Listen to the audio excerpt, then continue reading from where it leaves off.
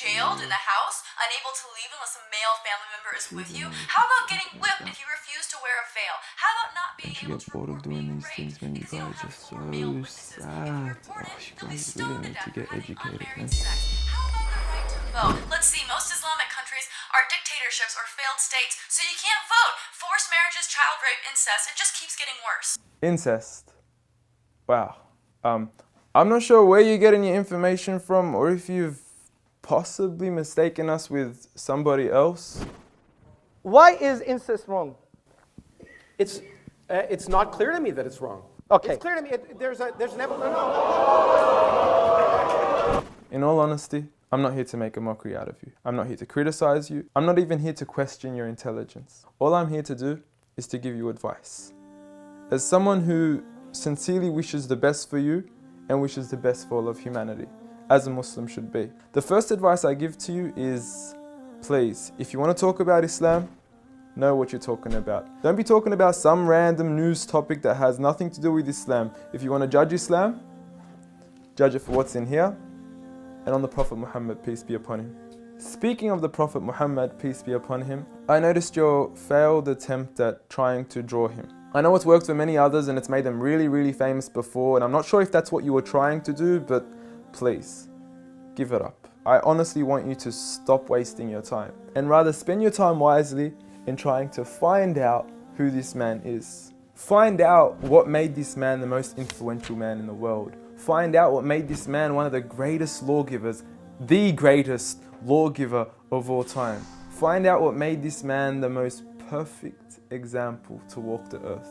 A mercy, not only to mankind, but every form of creation. This is a man who little children would run up to him because they knew how merciful he was. They knew that he would take them seriously despite their age. When he was visited by children, he would pat them on their head, while the fathers of others wouldn't even kiss their own children.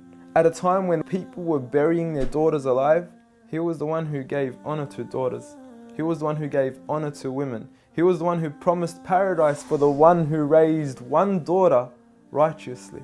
A man who would treat the poor the same way he would treat the rich. A man who would treat the black the same way he would treat the white. Muhammad, peace be upon him, was a man who his own enemies would call him the truthful and the honest.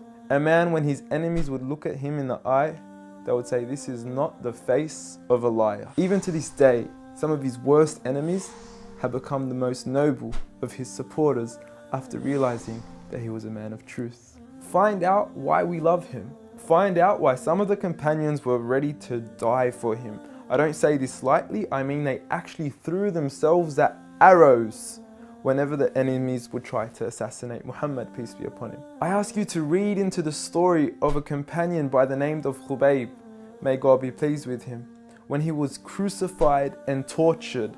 And the one who was torturing him would say to him, "O Khubayb, wouldn't you rather that Muhammad, peace be upon him, be in your shoes right here, and you be in the comfort of your own family in your own home?"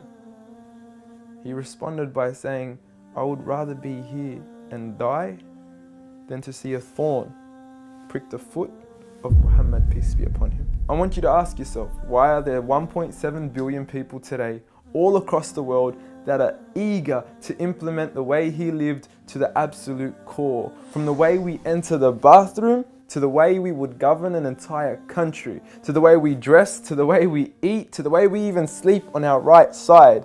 We follow him to the absolute core. So I suggest you stop wasting your time in attacking the man that you cannot faze at all. If God, the creator of the heavens and the earth and everything in between, the one and only, has honored him, who are we to even try to dishonor him? If you don't understand what I'm trying to say, let me give you a quick experiment.